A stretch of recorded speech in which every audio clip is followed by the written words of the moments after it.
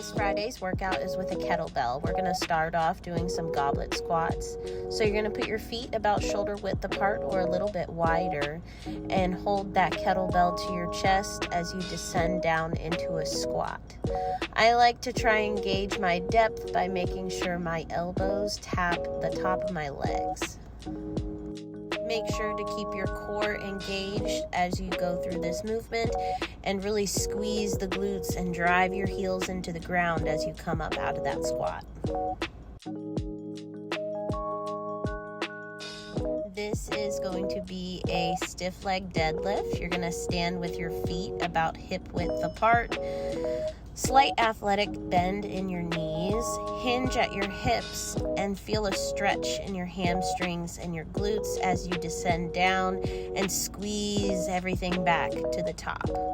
When doing this movement, you're going to want to make sure that you keep your core engaged, your back straight, and draw your shoulder blades together. Don't let your shoulders fall forward into a hunched position.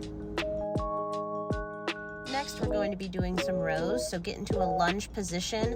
Find a nice sturdy footing that feels good for you. We're going to rest our hand on top of our leg, but not put weight into it. Embrace your core, keep your back straight, and draw your wrist and the weight towards your hip bone. Make sure to really squeeze at the top of this movement and feel the muscles engage.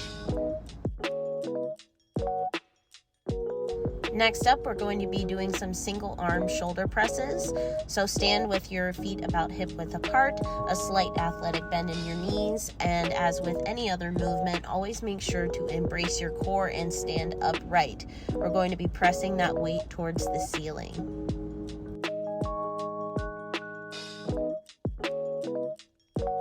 Lastly, we're going to be doing some kettlebell swings. So get a nice wide stance and swing the kettlebell between your legs. As you're swinging it up, you're going to want to really drive through with your hips and push the weight forward. You can do this workout circuit style and go through it 3 times, or you can do each movement individually for 3 sets of 10. It's entirely up to you. Don't forget to like and save this workout for future use, and I'll see you next week for another Full Body Friday. Also, if you take any workout selfies, don't forget to tag Iris Athletics.